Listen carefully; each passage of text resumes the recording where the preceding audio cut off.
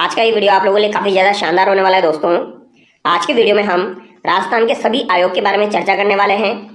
जैसे कि आपको पता होगा, आयोग वाला जो टॉपिक है इससे बार बार एग्जाम में सवाल पूछा जाता है, चाहे वो आपका राज्य निर्वाचन आयोग हो, वित्त आयोग, मानवाधिकार आयोग, लोकायुक्त है, सूचना आयोग है, महिला आयोग है। तो इन सभी आयोग के बारे में आज हम चर्चा करने वाले हैं और एकदम डिटेल से चर्चा करने वाले हैं। यह आपका मैराथन वीडियो होने वाला है। बिल्कुल कम टाइम के अंतर्गत सारे आयोग जो है वो मैं आपको कंप्लीट करवाने वाला हूँ। तो जो भी विद्यार्थी अपकमिंग एग्जाम्स की तैयारी कर रहे हैं, पटवार एग्जाम, वीडियो एग्जाम, चतुर्श्रेणी एग्जाम, आपके रीड मेंस एग्जाम, आप जिस भी एग्जाम की तैयारी कर रहे हैं दोस्तों, आप इस वीडियो को जरूर देखिए। यहाँ से आपको काफ़ी ज़्यादा फायदा मिलेगा। एक ही वीडियो के अंदर आपके सभी आयोग जो है वो कंप्लीट होने वाले हैं और एकदम तरीके से मैं आपको करवाने वाला हूँ। सारी चीज़ें आपको हाथों हाथ याद भी हो जाएगी और उसके साथ साथ आपको सारी चीज़ें समझ में भी आ जाएगी और आपकी थ्योरी भी सवालों के माध्यम से कंप्लीट हो जाएगी। तो यहाँ पर प्रीवियस ईयर एग्जाम में जो भी सवाल आए हुए हैं उनको हमने इंक्लूड किया है और उनको इंक्लूड करके उसमें जो भी आपकी इंपॉर्टेंट थ्योरी हो सकती है वो भी यहाँ पर ऐड करी है। तो चलिए बिना देरी के शुरू करते हैं। पहला सवाल देखिए, राज्य निर्वाचन आयोग के बारे में। तो सबसे पहले हम राज्य निर्वाचन आयोग की चर्चा करेंगे। पहला सवाल है आपका, किसकी सलाह पर राज्यपाल राजस्थान विधानसभा सदस्य की निर्योग्यताओं संबंधी मामलों का निर्णय कर सकता है? तो राज्यपाल राजस्थान विधानसभा सदस्य की निर्योग्यता संबंधी मामलों का निर्णय कर सकता है, तो ये निर्वाचन आयोग की सलाह पर कर सकता है। ऑप्शन सी यहाँ पर आपका सही हो जाएगा। अब यहाँ पर देखिए दोस्तों, राज्य निर्वाचन आयोग जो है ये आपका एक कैसा आयोग है? तो ये एक आपका संवैधानिक आयोग है दोस्तों। इसका आपका संविधान में उल्लेख मिलता है। तो ये संवैधानिक और स्वतंत्र निकाय है। अगर पंचायती राज संस्थाओं की बात की जाए तो भाग 9 में 243 के अंतर्गत आपका राज्य निर्वाचन आयोग का उल्लेख किया गया है और नगरीय संस्थाओं की बात की जाए तो भाग 9 क के अंतर्गत 243 ZA में इसका उल्लेख किया गया है।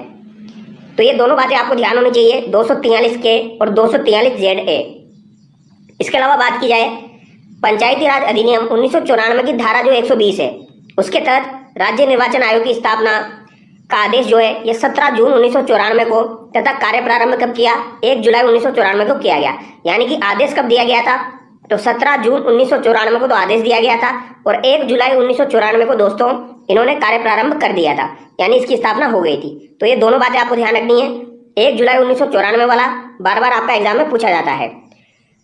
राजस्थान राज्य निर्वाचन आयोग का मुख्यालय अगर आपसे पूछा जाए तो कहाँ पर हो जाएगा? जयपुर में हो जाएगा।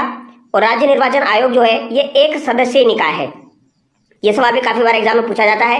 ये कैसा निकाय है? तो एक सदस्यीय निकाय है। यहाँ पर आपका एक ही सदस्य होता है, तो एक सदस्यीय निकाय आपका हो जाएगा राज्य निर्वाचन आयोग। अब अगला सवाल देखिए दोस्तों, माह अगस्त 2022 में किसे राजस्थान का मुख्य निर्वाचन आयुक्त नियुक्त किया गया? तो ये किसे नियुक्त किया गया था? तो मधुकर गुप्ता को नियुक्त किया गया था दोस्तों। ऑप्शन सी यहाँ पर आपका सही हो जाएगा। अगला सवाल देखिए, अब यहाँ पर दोस्तों जैसे कि राज्य निर्वाचन आयोग आपके कौन कौन रहे हैं तो उनकी सूची मैंने यहाँ पर ऐड कर दी है। जैसे कि आप देखिए, पहले निर्वाचन आयुक्त अगर आपसे पूछे जाए तो अमर सिंह राठौड़ आपके रहे थे। 1 जुलाई 1994 से लेके 1 जुलाई 2000 तक ये रहे हैं। इसके बाद आपके नेकराम बसीन रहे हैं, फिर इंद्रजीत खन्ना रहे हैं, फिर आपके अशोक कुमार पांडे है, राम लुबाया है, प्रेम सिंह मेहरा है और मधुकर गुप्ता है।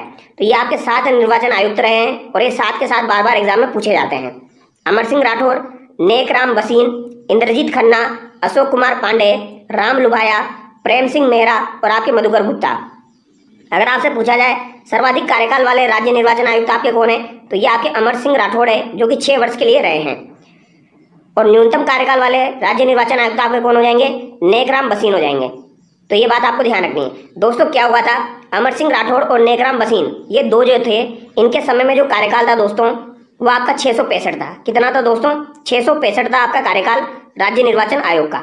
लेकिन बाद में नेकराम बसीन जी की सिफारिश पर इसका जो कार्यकाल है वो कम कर दिया गया और इंद्रजीत खन्ना, अशोक कुमार पांडे और मधुकर गुप्ता के समय जो कार्यकाल रखा गया वो कितना रखा गया? 565 यहाँ पर रखा गया। ये बात आपको ध्यान रखनी है। तो पहले 665 था, फिर बाद में कार्यकाल परिवर्तित करके 565 किया गया। इसीलिए सबसे ज्यादा कार्यकाल किसका हो जाएगा? अमर सिंह राठौड़ का हो जाएगा 6 वर्ष। नेकराम बसीन का भी कमी है, ठीक है। और न्यूनतम कार्यकाल वाले कौन हो जाएंगे आपके? नेकराम बसीन हो जाएंगे। तो ये बात आपको ध्यान रखनी है। तो अमर सिंह राठौड़ का सबसे ज्यादा सर्वाधिक कार्यकाल 6 वर्ष हो गया और नेकराम बसीन जो है इनका न्यूनतम कार्यकाल हो गया। ये दोनों बातें एग्जाम में पूछी जाएगी।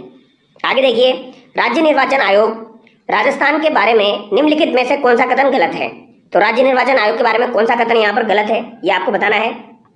तो देखिए, यह राज्य निर्वाचन आयोग की अध्यक्षता में एकल सदस्यीय आयोग है। तो ये एकल सदस्यीय आयोग है, अभी हमने देखा।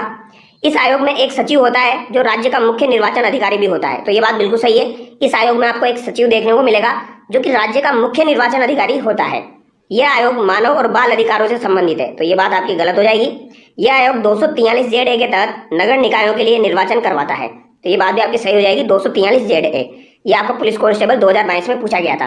तो पुलिस कांस्टेबल एग्जाम में भी यहाँ से आपको सवाल देखने को मिल सकता है। आगे देखिए,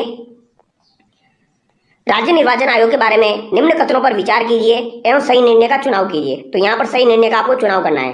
राज्य की पंचायतों एवं नगर पालिकाओं के चुनाव के लिए निर्वाचन सूची तैयार करना। इसके अलावा यहाँ पर दिया गया है दोस्तों, पंचायतों एवं नगर पालिकाओं के लिए चुनाव संपन्न करवाना, भारतीय निर्वाचन आयोग द्वारा प्रस्तुत निर्वाचन सूची चयन और तैयार करने का कार्य करना। तो यहाँ पर कौन सा कथन जो है ये आपका सही है, ये आपको बताना है दोस्तों, ठीक है। और ये सवाल आपका पटवार परीक्षा 2021 में पूछा गया है। तो राज्य की पंचायतों एवं नगर पालिकाओं के चुनाव के लिए निर्वाचन सूची तैयार करना, ये बात बिल्कुल सही है। पंचायतों के लिए और नगर पालिकाओं के लिए जो निर्वाचन की सूची है वो तैयार करेगा आपका राज्य निर्वाचन आयोग। इसके अलावा पंचायतों और नगर पालिकाओं के लिए चुनाव संपन्न करवाएगा, ये बात भी सही है। लेकिन भारतीय निर्वाचन आयोग द्वारा प्रस्तुत निर्वाचन सूची तैयार करने का कार्य ये नहीं करेगा, ये आपको ध्यान रखना है, ठीक है। इसका कार्य पंचायत और नगर पालिका जो है वहां तक ही सीमित है। तो यहाँ पर आपका फर्स्ट और सेकंड करेक्ट हो जाएगा। अगला सवाल देखिए, राजस्थान राज्य निर्वाचन आयोग के संबंध में कौन से कथन आपके सही है? ये आपके RS के एग्जाम में पूछा गया था। आपके सारे सवाल मैं कवर करवा दूंगा और पूरा टॉपिक जो है, सारे टॉपिक भी आपके कंप्लीट हो जाएंगे। राजस्थान राज्य निर्वाचन आयोग का गठन संविधान के अनुच्छेद 243 के अधीन अप्रैल 1994 में किया गया। तो पहला ही कथन यहाँ पर गलत हो जाएगा। पहला कथन गलत क्यों हो गया दोस्तों? क्योंकि यहाँ पर दोस्तों 1 अप्रैल 1994 को इसका गठन नहीं हुआ था, 1 जुलाई आपका 1994 को हुआ था। तो ये कथन आपका गलत हो गया, ठीक है। राजस्थान राज्य निर्वाचन आयोग एकल सदस्य आयोग है जिसकी अध्यक्षता राज्य निर्वाचन आयुक्त द्वारा की जाती है। तो ये बात सही हो जाएगी, अभी मैंने आपको बता दिया। राजस्थान राज्य निर्वाचन आयोग का एक सचिव है जो कि राज्य का मुख्य निर्वाचन अधिकारी भी होता है। तो ये बात भी आपकी सही है, यानी सेकंड और थर्ड यहाँ पर आपका सही हो जाएगा। यहाँ पर आप सेकंड कर लेना, सेकंड और थर्ड यहाँ पर आपका सही हो जाएगा। आगे देखिए, यहाँ पर कुछ इंपॉर्टेंट जानकारी है जो कि आपके एग्जाम में पूछी जा सकती है, इंपॉर्टेंट है। राज्य निर्वाचन आयुक्त की सहायता हेतु एक सचिव होता है, कौन? मुख्य निर्वाचन अधिकारी। मुख्य निर्वाचन अधिकारी सचिव स्तर का वरिष्ठ अधिकारी होता है, IAS रैंक का अधिकारी होता है। राज्य का प्रथम मुख्य निर्वाचन अधिकारी कौन था? तो BC मोहंती थे। तो अगर आपसे पूछा जाए प्रथम मुख्य निर्वाचन अधिकारी कौन थे, तो ये आपके BC मोहंती थे। ये सवाल भी आपका पूछा जा सकता है दोस्तों, तो याद रखना है BC मोहंती जो थे ये आपके प्रथम मुख्य निर्वाचन अधिकारी थे। आयुक्त अलग होता है और अधिकारी अलग होता है। सचिव या मुख्य निर्वाचन अधिकारी की नियुक्ति देश के मुख्य निर्वाचन आयुक्त द्वारा राज्य सरकार से सुझाए गए पैनल से की जाती है। तो जो आपके मुख्य निर्वाचन अधिकारी होते हैं इनकी नियुक्ति दोस्तों देश के मुख्य निर्वाचन आयुक्त यानी भारतीय मुख्य निर्वाचन आयुक्त के द्वारा की जाती है। तो ये बात आप याद रखिएगा, ठीक है। भारतीय मुख्य निर्वाचन आयुक्त के द्वारा आपके मुख्य निर्वाचन अधिकारी की नियुक्ति की जाती है। आगे देखिए, राजस्थान राज्य निर्वाचन आयोग का गठन हुआ। तो राजस्थान राज्य निर्वाचन आयोग का गठन आपका कब हुआ? सिंपल सा सवाल है, तो 1 जुलाई 1994 को हुआ, ठीक है। आगे देखिए, राजस्थान का राज्य निर्वाचन आयोग है। तो राजस्थान का राज्य निर्वाचन आयोग कैसा आयोग है दोस्तों आपका? तो ये एक आपका संवैधानिक आयोग है, ऑप्शन C सही जाएगा। ये सारी चीजें मैंने क्लियर कर दी है, इस वजह से यहाँ पर हम स्पीड से चल रहे हैं। राजस्थान में राज्य निर्वाचन आयोग का गठन कब हुआ? तो निर्वाचन आयोग का गठन आपका कब हुआ? तो ये 1 जुलाई 1994 को आपका हुआ था। आगे देखिए, राज्य निर्वाचन आयोग के निम्न कार्यों पर विचार कीजिए एवं नीचे दिए गए कोड का प्रयोग करते हुए सही उत्तर का चयन कीजिए। ये RS का सवाल है आपका। तो राज्य के पंचायतों और नगर पालिकाओं के चुनाव के लिए मतदाता सूचियों को तैयार करना। तो ये बात तो आपकी सही हो जाएगी दोस्तों, ठीक है। यहाँ पर सही उत्तर का चयन करना है, ये आपके सही हो जाएगा। राज्य की पंचायतों और नगर पालिकाओं के लिए निर्वाचन करवाता है, ये बात भी सही हो जाएगी। राज्यपाल के निर्देशों के अनुरूप पंचायतों और नगर पालिकाओं के अतिरिक्त अन्य निकायों के लिए निर्वाचन करवाता है। तो ये बात आपकी गलत हो जाएगी, अन्य निकायों के लिए ये निर्वाचन नहीं करवाता है। भारत के निर्वाचन आयोग द्वारा सौंपे गए मतदाता सूचियों को तैयार करने एवं निर्वाचन करवाने का कार्य करता है। तो ये भी बात गलत हो जाएगी। 1 और 2 यहाँ पर आपका सही हो जाएगा। तो 1 और 2 यानी कि ऑप्शन A यहाँ पर आपका सही हो जाएगा। अगला सवाल देखिए, राजस्थान के राज्य निर्वाचन आयोग के बारे में निम्नलिखित में से कौन सा कथन सही है? तो यहाँ पर कौन सा कथन आपका सही हो जाएगा? इसका गठन भारतीय संविधान के अनुच्छेद 243 के अंतर्गत जुलाई 1994 में किया गया। तो यहाँ पर पूछा गया कौन सा कथन आपका सही है, ठीक है। तो बताइए, पहला तो यहाँ पर आपका बिल्कुल सही हो जाएगा, ठीक है। यह एक बहुसदस्यीय आयोग है, तो ये बात गलत हो जाएगी। ये आपका एकल सदस्यीय आयोग है, तो 2 यहाँ पर आपका गलत हो गया, 2 यहाँ से गया, 2 आपका यहाँ से गया, ठीक है। इसका एक सचिव होता है जो कि राज्य का मुख्य निर्वाचन अधिकारी होता है दोस्तों, या राज्य निर्वाचन अधिकारी होता है। तो ये बात भी सही है। यह पंचायती राज संस्थाओं में नगरीय निकायों के लिए मतदाता सूचियों को तैयार करता है और चुनाव करवाता है। तो ये बात भी आपकी सही हो जाएगी, यानी 1, 3, 4 यहाँ पर आपका सही हो जाएगा। ठीक है, अगला सवाल देखिए, राज्य निर्वाचन आयोग संविधान के किस अनुच्छेद में वर्णित है? तो राज्य निर्वाचन आयोग जो है, अगर आपसे पूछा जाए संविधान के किस अनुच्छेद में वर्णित है, तो मैं आपको बता चुका हूँ 243 के में ये वर्णित है। राजस्थान के पहले राज्य निर्वाचन आयुक्त कौन थे? तो राजस्थान के पहले राज्य निर्वाचन आयुक्त आपके कौन हो जाएंगे? अमर सिंह राठौड़ हो जाएंगे, और इनका कार्यकाल सर्वाधिक रहा है। और नेकराम बसीन जो है, इनका कार्यकाल जो है वो सबसे कम आपका रहा है। आगे देखिए, राज्य निर्वाचन आयुक्त की नियुक्ति कौन करता है? तो राज्य निर्वाचन आयुक्त की नियुक्ति किसके द्वारा की जाती है? तो राज्य के राज्यपाल के द्वारा की जाती है। राज्यपाल के द्वारा आपके निर्वाचन आयुक्त की नियुक्ति की जाएगी। राजस्थान राज्य चुनाव आयोग का अध्यक्ष नहीं रहा, तो चुनाव आयोग का अध्यक्ष कौन नहीं रहा? अभी मैंने आपको 7 अध्यक्ष बताए थे, उसमें से कौन नहीं था? अमर सिंह राठौड़ थे, नेकराम बसीन थे, इंद्रजीत खन्ना थे, सगीर अहमद यहाँ पर नहीं रहे हैं। ऑप्शन डी यहाँ पर आपका करेक्ट हो जाएगा। अगला सवाल देखिए, निम्न में से कौन सा कथन यहाँ पर असत्य है? तो कौन सा कथन यहाँ पर आपका असत्य है? तो राज्य निर्वाचन आयोग एक संवैधानिक निकाय है, बिल्कुल सही बात है, जो पंचायती राज और नगर निकायों के चुनाव करवाता है और मतदाता सूची तैयार करवाता है, ये बात सही है। एक सदस्य निकाय है। राज्य मुख्य निर्वाचन आयुक्त अपना त्यागपत्र राज्यपाल को देता है, तो अपना त्यागपत्र किसे देगा दोस्तों? राज्यपाल को देगा, ये बात आपको ध्यान रखनी है। लेकिन यहाँ पर एक बात आपको और ध्यान रखनी है, अगर बात हटाने की जाए दोस्तों, हटाने की बात की जाए तो हटाएगा कौन इनको? तो हटाता कौन है दोस्तों? राष्ट्रपति हटाता है। एक तो आपके आरपीएससी के अध्यक्ष को, इसके अलावा आपके दोस्तों भारतीय निर्वाचन आयोग का जो अध्यक्ष है, इनको हटाता कौन है? इनको राष्ट्रपति हटाता है। नियुक्ति कौन करता है? राज्यपाल करता है। त्यागपत्र भी राज्यपाल को देंगे, लेकिन हटाता कौन है? आपका राष्ट्रपति हटाता है। आगे देखिए, राज्य निर्वाचन आयोग ने 1 जुलाई 1994 से अपना कार्य प्रारंभ किया और इसका कार्यकाल 562 है। तो 562 ना होकर इसका कार्यकाल कितना हो जाएगा आपका दोस्तों? 565 आपका हो जाएगा। ठीक है, तो ये बात आपकी गलत हो जाएगी। राज्य निर्वाचन आयुक्त को उच्च न्यायालय के न्यायाधीशों के समान राष्ट्रपति द्वारा हटाया जा सकता है, बिल्कुल सही बात है। हटाएगा कौन भैया? राष्ट्रपति हटाएगा। ठीक है, तो यहाँ पर ए, बी और डी आपका सही है और सी गलत हो गया। अब मुझे लगता है आपका जो राज्य निर्वाचन आयोग है दोस्तों, इसके सारे डाउट आपके क्लियर हो गए होंगे और इससे बाहर आपका सवाल नहीं जाएगा। अब हम बात करेंगे राज्य वित्त आयोग की। तो राज्य वित्त आयोग की हम बात करने वाले हैं। तो देखिए, पहला सवाल ये आपका यूपीएससी में पूछा गया था। सवाल सिंपल है, सारी चीजें मैं आप एकदम आसानी से आपको करवा दूंगा। निम्नलिखित में से कौन पंचायतों की वित्तीय स्थिति का पुनर्वलोकन करने के लिए वित्त आयोग का गठन करता है? तो वित्त आयोग का गठन कौन करता है दोस्तों? तो संबंधित राज्य का राज्यपाल के द्वारा वित्त आयोग का गठन किया जाता है। तो अगर आपसे पूछा जाए वित्त आयोग का गठन कौन करता है, तो राज्यपाल के द्वारा ही किया जाता है। अब इसकी कुछ चर्चा कर लेते हैं दोस्तों। बेसिक इन्फॉर्मेशन आपको बता देता हूँ। राज्य वित्त आयोग एक कैसा निकाय है? तो ये आपका एक संवैधानिक संस्था है, इसका भी आपको संविधान में उल्लेख मिलेगा वित्त आयोग का। अगर पंचायती राज की बात की जाए तो 243 आई के अंतर्गत 243 आई के अंतर्गत आपको उल्लेख मिलेगा पंचायती राज में, भाग 9 के अंतर्गत वित्त आयोग का। और नगरीय संस्थाओं की बात की जाए तो 243 वाई में जो है ये आपको उल्लेख मिलेगा। तो 243 वाई और 243 आई, इनमें आपका उल्लेख मिलता है वित्त आयोग का। ये पंचायतों का हो जाएगा, ये आपका नगरीय निकायों का हो जाएगा, भाग 9 और भाग 9 का। वित्त आयोग का गठन जो है ये 24 अप्रैल 1994 को, जिसने 1 अप्रैल 1995 से कार्य प्रारंभ किया। तो इसका गठन जो है ये 24 अप्रैल 1994 को हुआ था दोस्तों। कब हुआ था? तो ये डेट याद रखिएगा, 24 अप्रैल 1994 को वित्त आयोग का गठन हुआ था और 1 अप्रैल 1995 से इसने कार्य करना प्रारंभ कर दिया था। और राजस्थान राज्य वित्त आयोग जो है ये एक बहुसदस्यीय निकाय है। जैसे कि निर्वाचन आयोग हमने पढ़ा वो तो एक सदस्यीय है, लेकिन वित्त आयोग जो है ये बहुसदस्यीय है। इसमें आपका एक अध्यक्ष होता है और 4 अन्य सदस्य होते हैं। तो 1+4 वाली कंडीशन यहाँ पर होती है, ये बात आप याद रखिएगा। तो 3-4 बातें हैं, 243 आए, 243 वाए, इसके अलावा 24 अप्रैल 1994 को गठन हुआ, 1 अप्रैल 1995 से कार्य प्रारंभ कर दिया, बहुसदस्यीय निकाय है, 1+4 का यहाँ पर कंडीशन है। आगे देखिए, निम्नलिखित में से कौन राज्य सरकार तथा स्थानीय शासन के बीच राजस्व बंटवारे के लिए उत्तरदायी है? तो राजस्व के बंटवारे के लिए राज्य सरकार और स्थानीय शासन के बीच में कौन उत्तरदायी है, ये आपको बताना है। तो ये कौन हो जाएगा दोस्तों?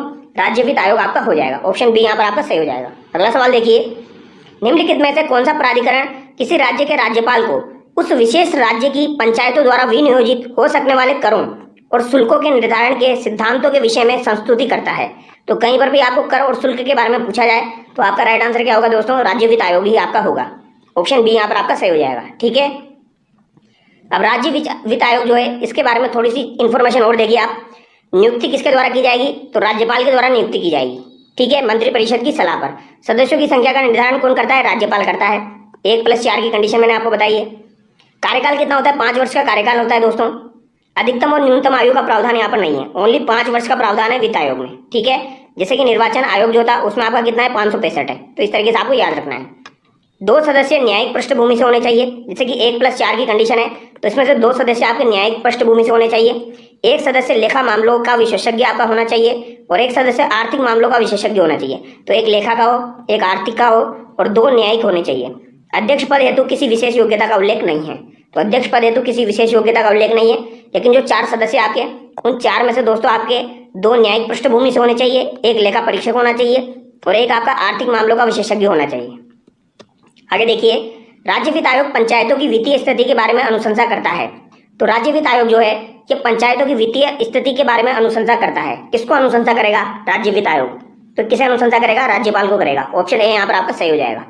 अगला सवाल देखिए, पंचायतों के लिए गठित राजस्थान राज्य वित्त आयोग संविधान के किस अनुच्छेद के अंतर्गत उल्लेखित है? तो अभी मैंने आपको बताया दोस्तों, संविधान के कौन से अनुच्छेद के अंतर्गत पंचायतों के बारे में पूछा गया है, तो 243 आई आपका हो जाएगा, यानी 243 ज यहाँ पर आपका हो जाएगा। ठीक है, इसे इंग्लिश में याद रखिएगा दोस्तों, इंग्लिश में आपको फायदा रहेगा क्योंकि इंग्लिश में सवाल गलत होने के चांसेस कम रहते हैं इसमें। 243 आई, 243 वाई। राजस्थान के चौथे वित्त आयोग के अध्यक्ष कौन थे? तो राजस्थान का जो चौथा वित्त आयोग था दोस्तों, इसके अध्यक्ष आपके कौन थे? तो एक बार इसके अध्यक्ष मैं आपको बता देता हूँ। ठीक है, ये देखिए, राजस्थान में अब तक 6 वित्त आयोग का गठन हो चुका है, तो इनके अध्यक्ष क्रमशः आपके कौन कौन से हैं? पहले अध्यक्ष आपके के गोयल हो जाएंगे, कृष्ण कुमार गोयल। दूसरे आपके हीरालाल देवपुरा थे। फिर आपके माणिकचंद सुराना रहे। एक आपके बीडी कल्ला रहे चौथे नंबर के। फिर आपकी ज्योति किरण रही है। इसके अलावा प्रद्युमन सिंह आपके रहे हैं दोस्तों। ठीक है, और यहाँ पर सदस्य आपके लक्ष्मण सिंह और अशोक लाहौटी हो जाएंगे। ये 2 सदस्य भी आपके हो जाएंगे, लक्ष्मण सिंह और अशोक लोहाटी।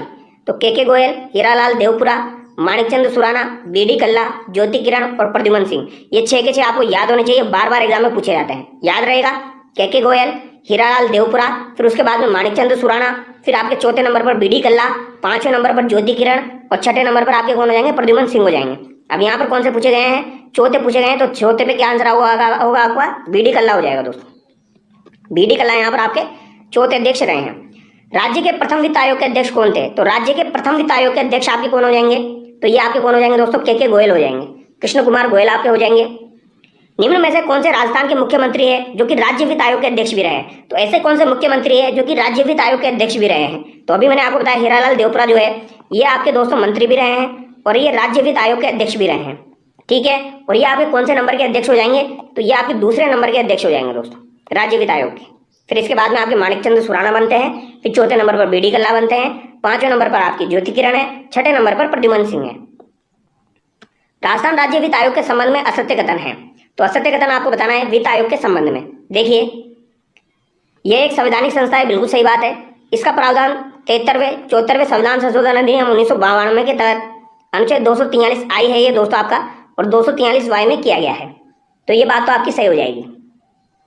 ठीक है, प्रथम वित्त आयोग का गठन अप्रैल 1994 में किया गया, जिसके अध्यक्ष के माथुर थे। तो के माथुर नहीं थे, आपके के गोयल हो जाएंगे। तो ये बात आपकी गलत हो जाएगी। ये एक बहुसदस्यीय निकाय है, सही बात है, और इसके अध्यक्ष और सदस्यों का कार्यकाल 5 वर्ष होता है वित्त आयोग का। तो ये बात भी आपकी सही हो जाएगी। अगला सवाल देखिए, निम्न में से कौन सा कथन आपका सही है? राज्य वित्त आयोग के अध्यक्ष और सदस्यों की नियुक्ति राज्यपाल करता है। बिल्कुल सही बात है, जबकि हटाता कौन है? राष्ट्रपति हटाता है। तो यहाँ पर कौन सा कथन आपका सही है ये आपको बताना है, लेकिन यहाँ पर राष्ट्रपति वाली कंडीशन नहीं है दोस्तों, तो ये बात आपकी गलत हो जाएगी। ठीक है, तो पहला यहाँ पर गलत हो जाएगा आपका। तो पहला गया यहाँ पर आपका दोस्तों, राज्य वित्त आयोग के अध्यक्ष और सदस्यों का कार्यकाल 5 वर्ष होता है, ये बात सही है। राज्य वित्त आयोग अपना वार्षिक प्रतिवेदन राज्यपाल को सौंपता है, ये बात भी सही है। और 5वें वित्त आयोग के ने धन का बंटवारा 2011 की जनसंख्या के आधार पर किया, और नगरीय निकाय और पंचायती राज को क्रमशः 24.9 और 75.1 धन वितरित किया। तो ये बात भी आपकी सही हो जाएगी। जो 5वां वित्त आयोग आपका गठित हुआ था दोस्तों, उस समय यह निर्धारण किया गया था कि जो आपके नगरीय निकाय हैं उनको 24.9 और 75.1 जो है ये पंचायती राज को संख्या के अनुपात में बांटा जाएगा। तो यहाँ पर सी आपका सही हो जाएगा। ठीक है, राजस्थान के 6ठे वित्त आयोग के अध्यक्ष आपके कौन रहे हैं? तो ये संगणक के एग्जाम में आपका पूछा गया था, तो आपके एग्जाम में भी आ सकता है। तो 6ठे वित्त आयोग के कौन हो जाएंगे? आपके प्रद्युमन सिंह हो जाएंगे। आगे देखिए, राजस्थान के 6ठे राज्य वित्त आयोग के बारे में निम्न में से कौन सा कथन सही है? ये आपका असिस्टेंट प्रोफेसर के एग्जाम में पूछा गया था। आयोग का गठन दिसंबर 2020 में संविधान के 243 के तहत किया गया। तो दिसंबर 2020 में नहीं किया गया था, ऑप्शन 1 यहाँ पर आपका गलत हो जाएगा। आयोग के अध्यक्ष प्रद्युमन सिंह थे, ये बात सही है भी आपके दोस्तों। अंतिम रिपोर्ट सितंबर 2023 में राजस्थान के राज्यपाल को प्रस्तुत की गई, और अशोक लाहौटी जो है ये आयोग के अध्यक्ष है। तो अभी मैंने आपको बताया अध्यक्ष आपके कौन कौन हो जाएंगे दोस्तों, ये याद रखना है आपको। एक तो आपके लक्ष्मण सिंह है, एक तो आपके कौन है? लक्ष्मण सिंह है, और एक आपके अशोक लाहौटी है। ठीक है, लक्ष्मण सिंह और एक अशोक लाहौटी आपको याद रखना है, जो कि आपका एग्जाम में बन सकता है। ये 2 सदस्य आपको याद रखने हैं। ठीक है, तो ये आपका राज्य वित्त आयोग खत्म हो गया दोस्तों। यहाँ पर एक सवाल और आपका बच रहा है, ये भी देख लीजिए। ये भी आपके 2024 में पूछा गया था। राज्य वित्त आयोग राजस्थान के अध्यक्ष एवं उनके आवंटित कार्यकाल के संबंध में निम्नलिखित में से कौन सा सुमेलित नहीं है। यानी कि यहाँ पर कार्यकाल दिया गया है ज्योति किरण, माणिकचंद सुराणा, हीरालाल देवपुरा, प्रद्युमन सिंह। तो बताइए, प्रद्युमन सिंह का 2020 से 21 से 2024-25 यहाँ पर दिया गया है। तो ये तो आपका बिल्कुल मुझे सही लग रहा है। ठीक है, तो ये तो आपका बिल्कुल सही हो जाएगा। ठीक है, हीरालाल देवपुरा का 2001 से लेकर 2005, ये भी आपका सही हो जाएगा। माणिकचंद सुराणा का 2005 से लेकर 2009-10, ये भी आपका सही हो जाएगा। लेकिन ज्योति किरण का 2015 से होगा दोस्तों। यहाँ पर 2010 से दिया गया है, तो ये आपका गलत हो जाएगा। इनका 2015 से 2020 हो जाएगा आपका। ठीक है, ये 5वें वित्त आयोग के अध्यक्ष रहे हैं। अब आगे देखिए, राज्य महिला आयोग। राज्य महिला आयोग से भी आपका सवाल बन सकता है दोस्तों। देखो, वनपाल की परीक्षा में पूछा गया था। राजस्थान राज्य महिला आयोग का अध्यक्ष नियुक्त किया गया, तो राजस्थान महिला आयोग के अध्यक्ष कौन हो जाएंगे आपके? रेहाना रियाज चिश्ती हो जाएंगे। ऑप्शन डी यहाँ पर आपका सही हो जाएगा। किस वर्ष में राजस्थान राज्य महिला आयोग की स्थापना हुई? तो ये आपके वीडियो के एग्जाम 2021 में पूछा गया था, फिर से पूछा जा सकता है। तो राज्य महिला आयोग की स्थापना दोस्तों आपकी 15 मई 1999 को हुई थी। कब हुई थी? 15 मई 1999 को इसका गठन किया गया था धारा 3 के तहत। तो ये आप याद रखिएगा, महिला आयोग का गठन धारा 3 में दिया गया है, 15 मई 1999 को हुआ था। ये धारा 3 भी एग्जाम में पूछी जा चुकी है, इसीलिए मैंने यहाँ पर ऐड करी है दोस्तों। एक एक पॉइंट इंपोर्टेंट है आपका, जो मैंने यहाँ पर ऐड किया है। तो धारा 3 में 15 मई 1999 को इसका गठन किया गया, ये बात आपको याद होनी चाहिए। इसके अलावा अगर संरचना पूछी जाए तो संरचना इसकी 1+4 आपकी हो जाएगी, एक अध्यक्ष प्लस 4 सदस्य। नियुक्ति किसके द्वारा की जाती है? तो यहाँ पर नियुक्ति राज्य सरकार के द्वारा की जाती है। ये वेरी वेरी इंपॉर्टेंट है। यहाँ पर नियुक्ति राज्यपाल के द्वारा ना करके महिला आयोग में राज्य सरकार के द्वारा की जाती है दोस्तों।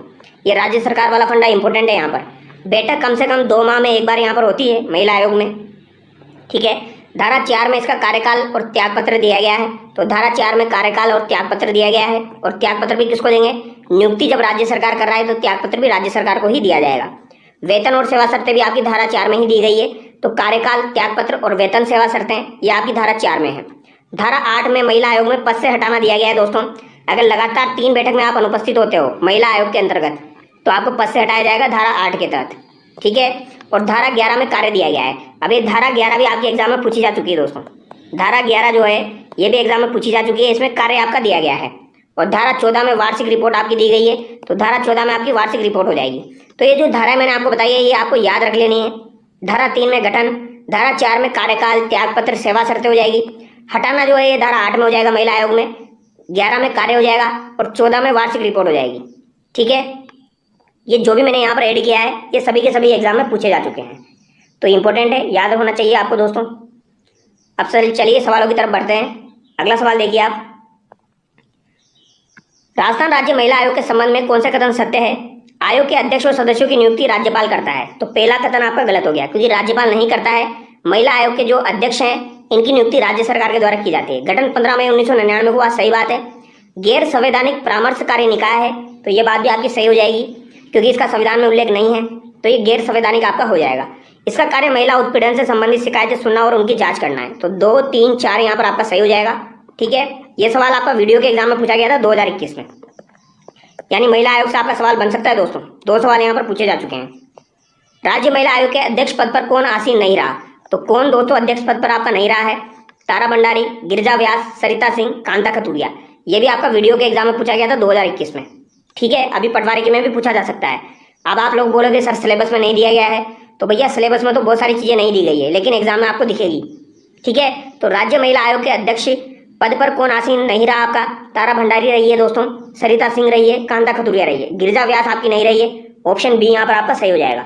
कौन कौन रही है एक बार के लिए मैं आपको बता देता हूँ। अगर आपसे पूछा जाए राज्य महिला आयोग की प्रथम अध्यक्ष आपकी कौन थी, तो कांता खतूरिया थी। कौन थी दोस्तों?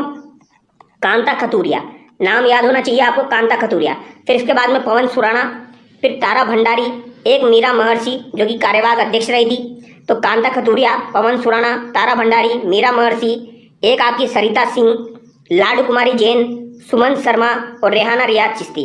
तो ये 8 अध्यक्ष आपको पता होने चाहिए। ठीक है, कैसे याद रखोगे? तो भैया रटना पड़ेगा, इसका और कोई सोल्यूशन नहीं है, या तो कुछ ट्रिक बनाइए।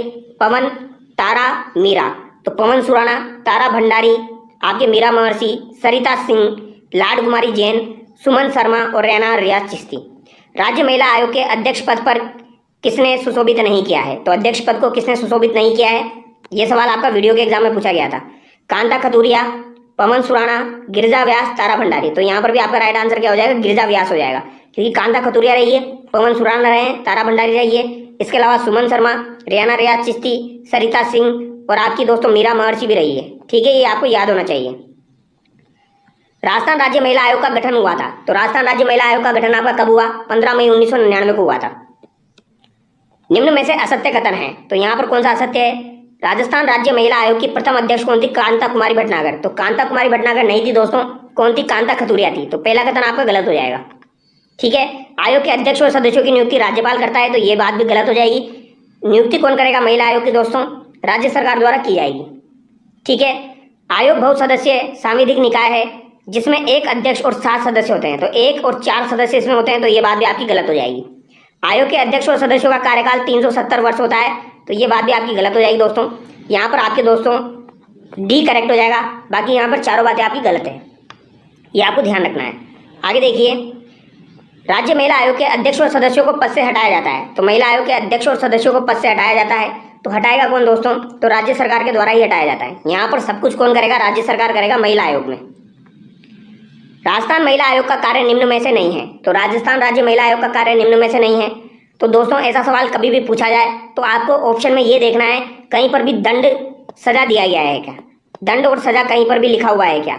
तो यहाँ पर देखिए आप, महिला उत्पीड़न के दोषों को दंडित करना, तो दंडित करना इसका कार्य नहीं है। ये जांच कर सकती है, क्रियान्वयन कर सकती है, शिकायतें सुन सकती है, सशक्तिकरण हेतु प्रयास कर सकती है, लेकिन दंड और सजा नहीं दे सकती। तो ऐसा सवाल कभी भी आपसे पूछा जाए कौन सा कार्य नहीं है, तो सबसे पहले ऑप्शन में यही चेक करना, दंड या सजा कहीं लिखा हुआ है क्या। यह आपका 2014 में पूछा गया था कॉलेज व्याख्याता में। ठीक है, और ऐसा सवाल अभी भी पूछा जाता है। निम्नांकित में से कौन राजस्थान राज्य महिला आयोग की अध्यक्ष नहीं रही है? तो अध्यक्ष तो आपको बिल्कुल अच्छे से याद होना चाहिए दोस्तों। लाड कुमारी जैन आपकी रही है, पवन सुराणा रही है, सुमन शर्मा रही है, नगेंद्र बाला यहाँ पर नहीं रही है। ऑप्शन सी यहाँ पर आपका सही जाएगा। अगला सवाल देखिए, ये आपका 2024 में पूछा गया है।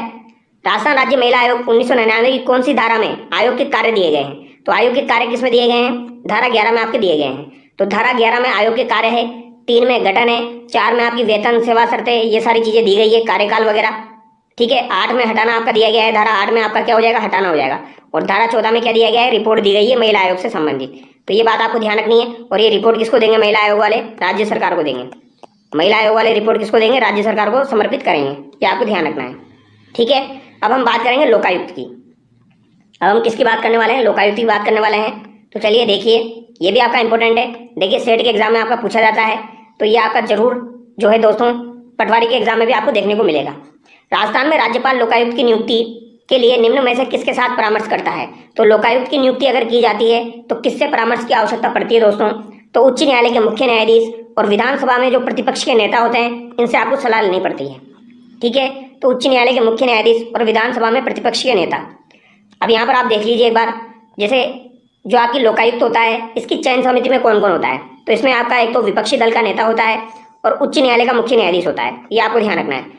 विपक्षी दल का नेता और उच्च न्यायालय का मुख्य न्यायाधीश, ये आपको ध्यान रखना है, दोनों बातें याद होनी चाहिए। उच्च न्यायालय का मुख्य न्यायाधीश आपका किस में आ जाएगा? लोकायुक्त में आ जाएगा। जहाँ पर भी आपको लोकायुक्त दिखे वहाँ पर आपको मुख्य न्यायाधीश जरूर दिखेगा। इसके अलावा विपक्षी दल का नेता यहाँ पर आपका होता है। राजस्थान में लोकायुक्त का पद कब सर्जित हुआ था? तो लोकायुक्त का पद जो है ये 3 फरवरी 1973 को सर्जित हुआ दोस्तों। ठीक है, तो यहाँ पर आपका राइट आंसर क्या हो जाएगा? ऑप्शन बी हो जाएगा। ये आपका सेट के एग्जाम में पूछा गया था। तो आप देखिए 3 फरवरी 1973 को ये लागू हुआ था आपका। कब लागू हुआ? एग्जैक्ट डेट याद होनी चाहिए।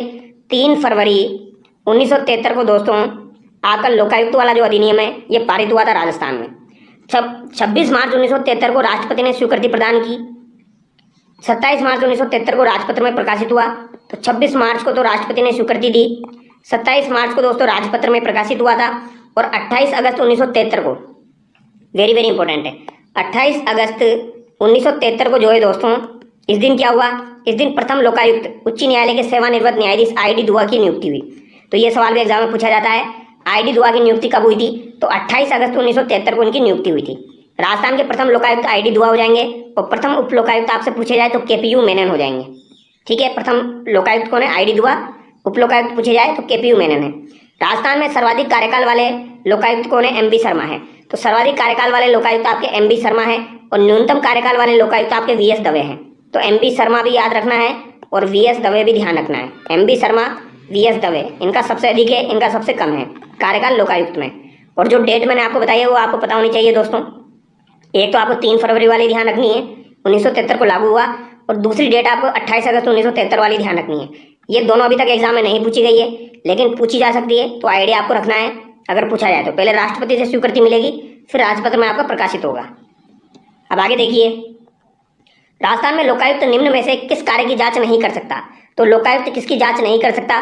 भ्रष्टाचार की कर सकता है, पद के दुरुपयोग की कर सकता है, अकर्मण्यता की कर सकता है, लेकिन अनुशासनात्मक कार्यवाही की नहीं कर सकता दोस्तों। ऑप्शन ए यहाँ पर आपका सही हो जाएगा। निम्नलिखित में से कौन राजस्थान में लोकायुक्त की जांच के दायरे में नहीं आते हैं? तो लोकायुक्त की जांच के दायरे में कौन नहीं आते हैं दोस्तों? मंत्री, विभागीय सचिव, राज्य विधानसभा सचिवालय के कर्मी, महालेखाकार राजस्थान। तो कौन नहीं आते हैं? तो मंत्री भी आते हैं, विभागीय सचिव भी आते हैं, लेकिन सचिवालय के कर्मी और महालेखाकार लोकायुक्त की जांच के दायरे में नहीं आते दोस्तों। तो यहाँ पर 3 और 4 आपका सही हो जाएगा। ठीक है, अब यहाँ पर एक बात आपको ध्यान रखनी है। देखो, ये जेएन के एग्जाम में आपका पूछा गया है, यानी आरएसएमएसएसबी के द्वारा ये सवाल काफी बार पूछा जाता है। तो यहाँ पर आपको ध्यान क्या रखना है? या तो आप ये ध्यान रखिए कि लोकायुक्त की जांच के दायरे में कौन आते हैं, लेकिन मेरे हिसाब से ये ध्यान रखना आसान है कि कौन नहीं आते हैं, क्योंकि नहीं आने वाले कम है थोड़े से, तो इनको आप याद रख सकते हो। जैसे कि राज्यपाल लोकायुक्त के जांच के दायरे में नहीं आता है, मुख्यमंत्री भी नहीं आता है, महालेखाकार भी नहीं आता है। तो राज्यपाल, मुख्यमंत्री, महालेखाकार इसकी जांच के दायरे में नहीं आते हैं। उच्च न्यायालय व जिला न्यायालय के मुख्य न्यायाधीश व अन्य न्यायाधीश भी इसमें नहीं आते हैं दोस्तों जांच के दायरे में, तो उच्च न्यायालय के न्यायाधीश भी नहीं आएंगे। इसके अलावा राज्य चुनाव आयोग जो होते हैं उसके मुख्य चुनाव आयुक्त, चुनाव अधिकारी, पारदर्शी आपके चुनाव आयुक्त, ये भी नहीं आते हैं। लोक सेवा आयोग आरपीएससी के अध्यक्ष व सदस्य भी नहीं आते हैं। सेवानिवृत्त लोक सेवक, पंच, सरपंच और विधायक भी नहीं आते हैं। तो सरपंच और विधायक भी नहीं आएगा, ये भी ध्यान रखना है। सरपंच और विधायक वाला भी काफी बार एग्जाम में पूछा जाता है, ये भी इसकी जांच के दायरे में नहीं आते हैं। और विधानसभा के सचिवालय स्टाफ के अधिकारी व कर्मचारी, तो विधानसभा सचिवालय स्टाफ के अधिकारी व कर्मचारी भी इसके जांच के दायरे में नहीं आते हैं। तो ये 9 चीजें आपको ध्यान रखनी है, ये इनके जांच के दायरे में नहीं आते हैं। बाकी जितने भी है वो सभी इनकी जांच के दायरे में आएंगे। अब आगे देखिए, राजस्थान लोकायुक्त के संबंध में निम्न में से कौन सा कथन यहाँ पर आपका सही है? राजस्थान के मुख्यमंत्री लोकायुक्त के क्षेत्राधिकार से बाहर है, तो ये बात सही है, क्योंकि मुख्यमंत्री जांच के दायरे में नहीं आते हैं। महालेखाकार राजस्थान लोकायुक्त के क्षेत्राधिकार से बाहर है, तो ये बात भी सही है, ये भी आपके बाहर हो जाएंगे। राजस्थान राज्य विधानसभा सचिवालय के अधिकारी और कर्मचारी लोकायुक्त के क्षेत्राधिकार से बाहर है, तो ये बात भी आपकी सही हो जाएगी। यहाँ पर तो आपको 1, 2, 3 तीनों यहाँ पर आपके सही हो जाएंगे दोस्तों। ठीक है, तो यहाँ पर आपका ऑप्शन डी करेक्ट हो जाएगा। जैसा कि मैंने आपको बताया था वैसा का वैसा सवाल यहाँ पर आपका 2021 में पूछा गया है, तो ऐसा सवाल आपका बनता है, इसलिए मैंने यहाँ पर रखा है। लोकायुक्त में एक लोक सेवक के विरुद्ध कितने वर्ष पुराने मामलों की जांच नहीं की जा सकती, यानी शिकायत नहीं की जा सकती? तो लोकायुक्त में दोस्तों 5 साल से अधिक मामलों की जांच जो है वो नहीं की जाएगी। ऑप्शन डी यहाँ पर आपका करेक्ट हो जाएगा, यानी 5 वर्ष से पुराने मामलों की जांच जो है ये लोकायुक्त के द्वारा नहीं की जाएगी। ऑप्शन डी यहाँ पर आपका सही जाएगा। धारा 3 में इसकी नियुक्ति और शपथ दी गई है। धारा 5 में कार्यकाल दिया गया है लोकायुक्त का, जो कि 5 वर्ष का होता है आपका, और त्यागपत्र राज्यपाल को देता है दोस्तों, नियुक्ति का पात्र नहीं है।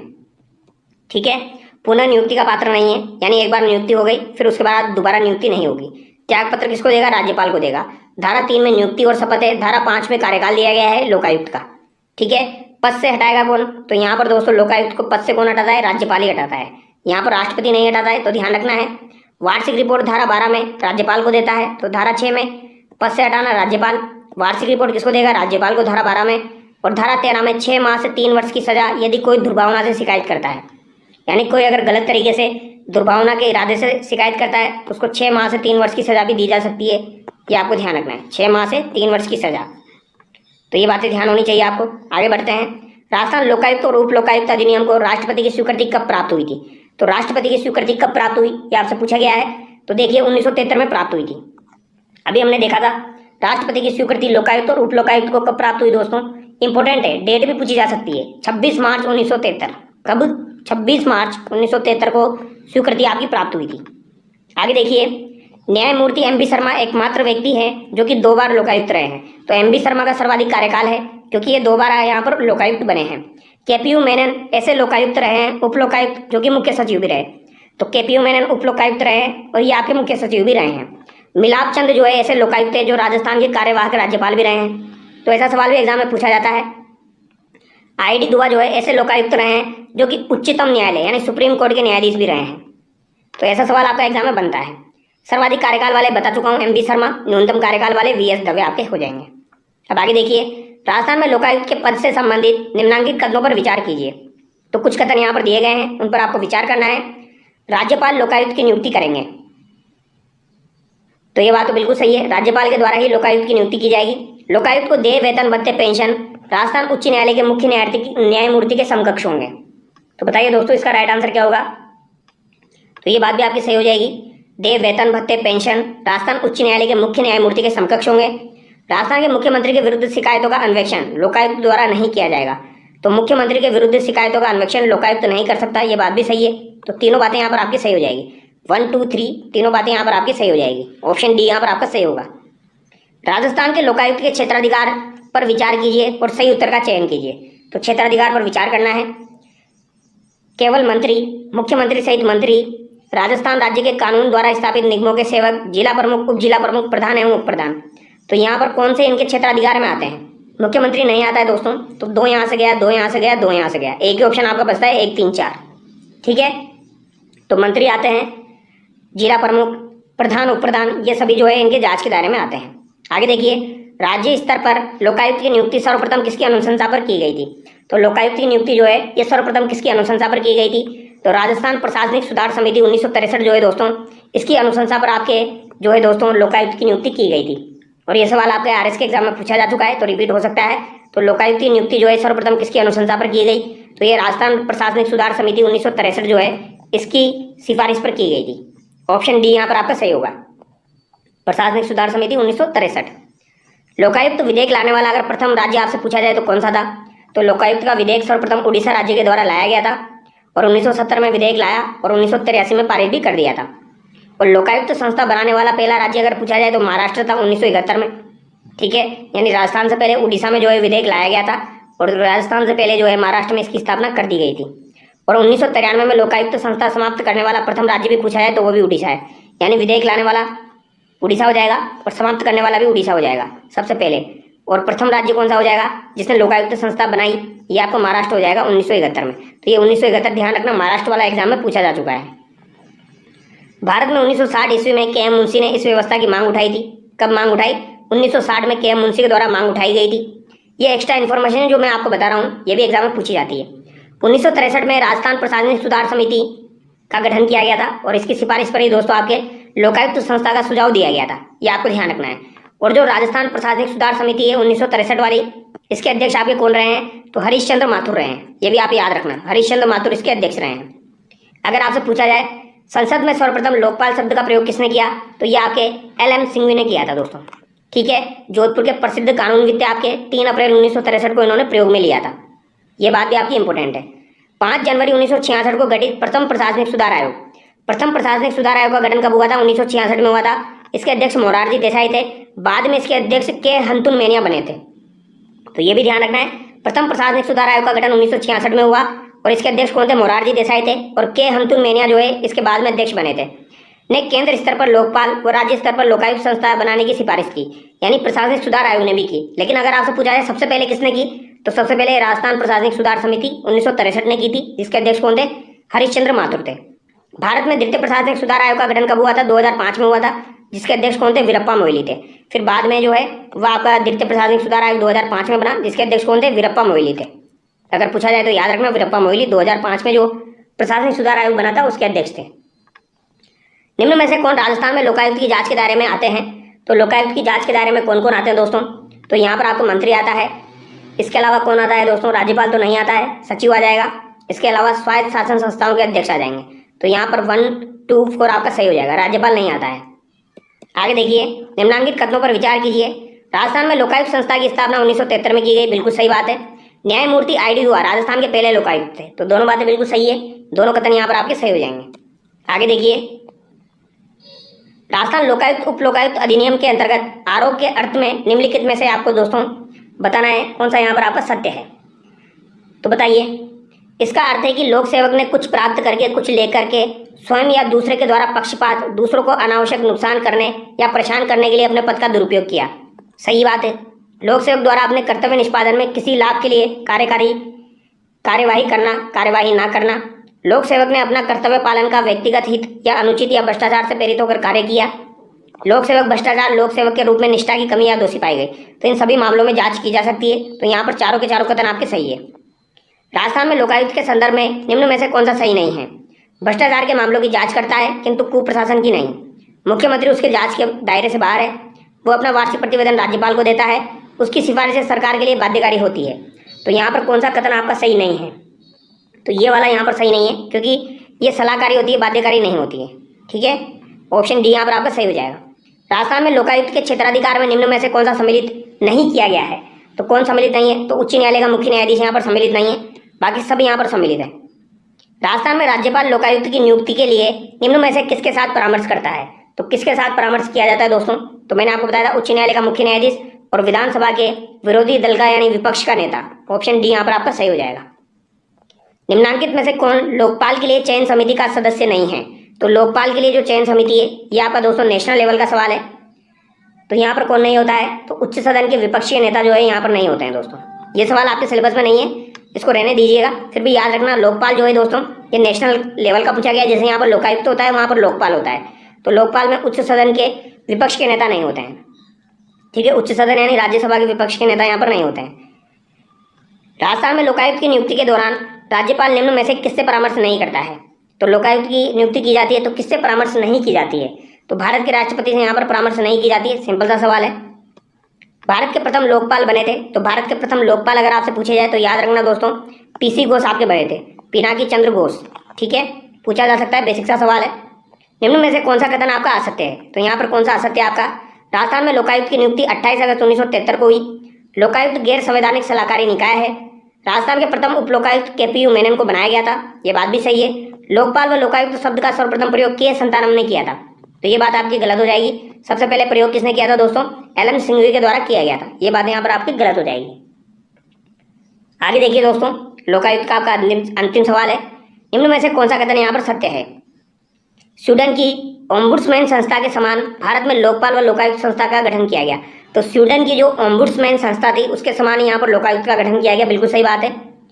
केंद्र सरकार में लोकपाल अधिनियम 16 जनवरी 2014 से लागू हुआ।